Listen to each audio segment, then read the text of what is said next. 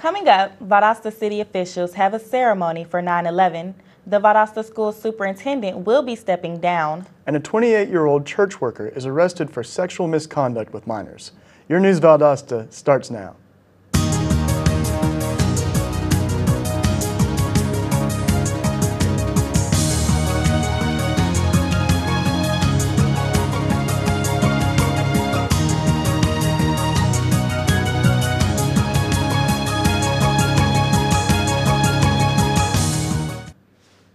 Welcome to News Valdosta. I'm Ebony Dennis. And I'm Rusty Wrights. Today marks the 11th anniversary of tragic events, September 11th, 2001.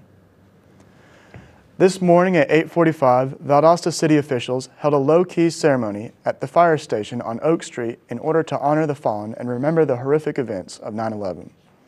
The reason for the early time was to have a moment of silence at 8:46, the exact minute the first plane struck the World Trade Center towers. Many city and county officials commented on the importance of remembering such a day and also remaining vigilant in order to prevent such a tragedy from happening again. Superintendent Bill Kaysen of Valdosta City Schools is reluctantly retiring at the end of the school year. He is being forced to retire earlier than the date planned previously due to House Bill 208. As a result of this bill becoming effective in July, Dr. Kaysen must have a defined term in this position, which has caused his retirement date to come 3 years earlier than expected. While Dr. Kaysen has no desire to retire, he still plans to remain involved with the Valdosta City school system. Following a month-long investigation by the Valdosta Police Department, 28-year-old Valdosta church worker Kenneth Leonard has been arrested for sexual misconduct with minors. Leonard was a volunteer with youth at Cross Point Church in Valdosta.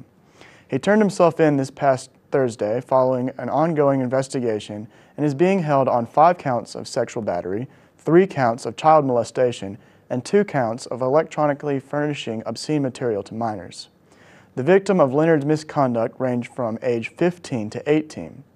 Police say that all of the reported incidents occurred at Leonard's residence and that Leonard knew each of the victims prior to assaulting them. Leonard is currently being held at the Lowndes County Jail. The federal government has added 50 types of cancer to the list of illnesses related to the September 11th World Trade Center attacks. The National Institute for Occupational Safety announced that these illnesses will be covered by a program to pay for health coverage. The Institute said last June that it favored expanding the existing $4.3 billion September 11th health program to include people with the 50 types of cancer. This led to lobbying by construction workers, firefighters, police officers, and more who fell ill in the years after the attacks. Some scientists still don't believe the toxic dust plume caused by the collapse of the World Trade Center caused even one kind of cancer, but some occupational health experts believe carcinogens in the ash and soot could cause cancer if a person was heavily exposed to it. Matthew Heimbach, a student of Towson University in Towson, Maryland, has stirred up a lot of controversy by proposing to start a white student union on campus. Matthew says white students deserve an exclusive club only for them. Inside the university's newspaper, Matthew is seen holding a Confederate flag in front of the Martin Luther King Jr.'s church in Montgomery. The university and students have not been very accepting of the proposal. The application has not yet been processed, and if deemed discriminatory, it will not be approved. Coming up, a Florida police officer who was a part of President Obama's motorcade is killed. And marijuana could highly increase the risk of testicular cancer in young men. Stay with us. This is one amazing truffula tree. Can you imagine a place where these grow everywhere? Yes, it's called the forest, a magical place to enjoy with your family.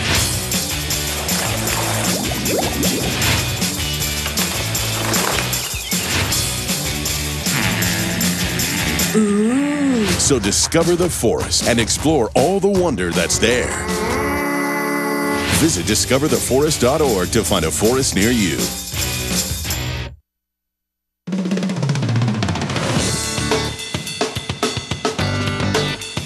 I love learning. I believe in service. I am full of passion. I I embody sportsmanship. I trust in my resourcefulness. I like balance. That's why I chose Division 2.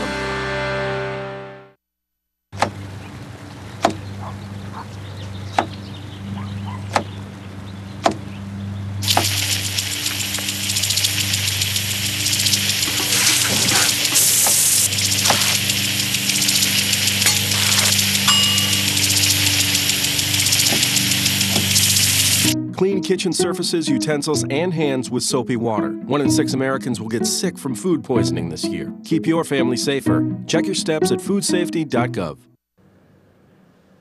Welcome back to News Valdosta. I'm Rusty Wrights. And I'm Ebony Dennis.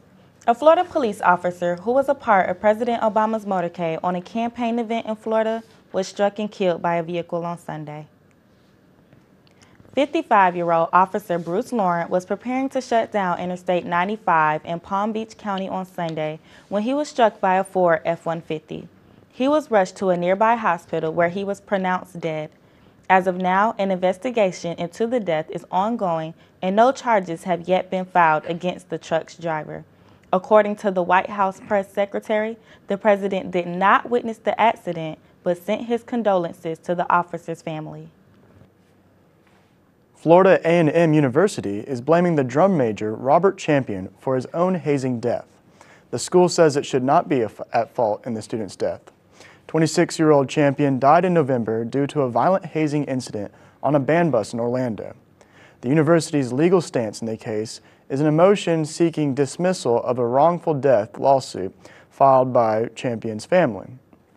The document was filed on Monday night and says Champion, as an older adult and leader of FAMU's band, knew what he was getting himself into and should have refused to participate.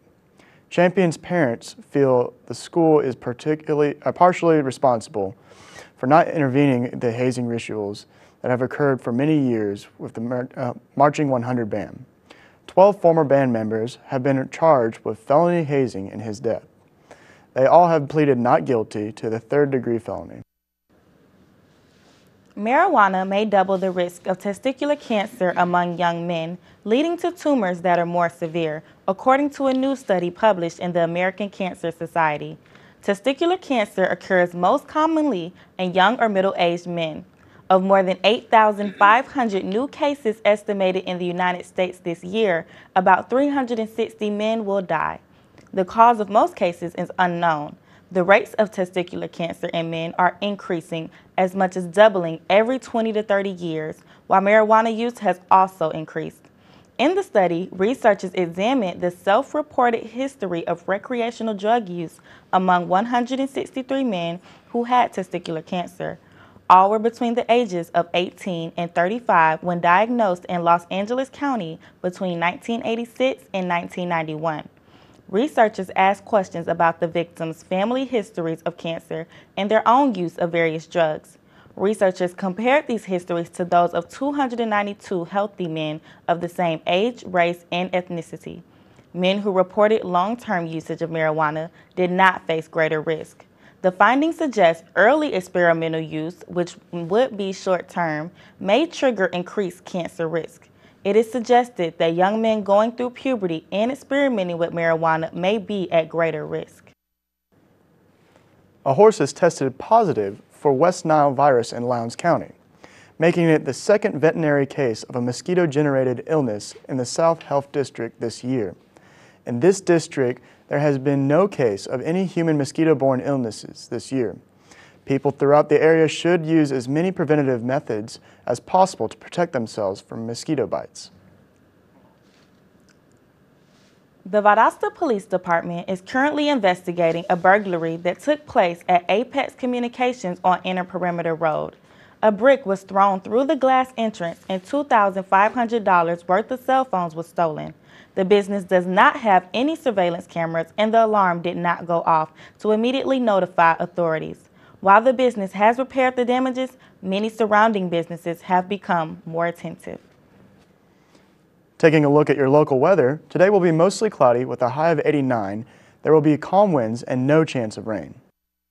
Coming up, Valdosta acquires a new wakeboarding facility. And 4 lost boaters are found on the Withlacoochee River this weekend. Stay with us.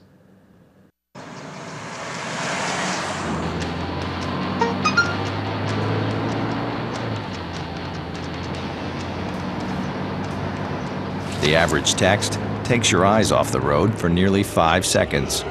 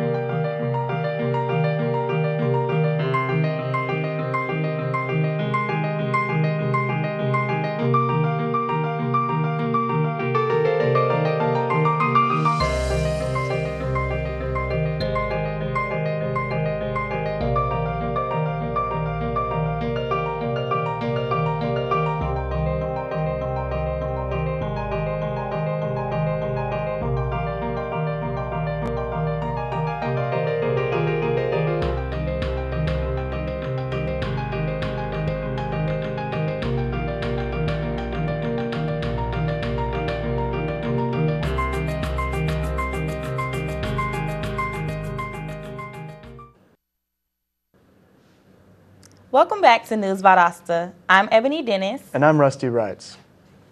This past Saturday, the grand opening of a new wakeboarding facility was unveiled. News Valdosta's Spike Cook has the story.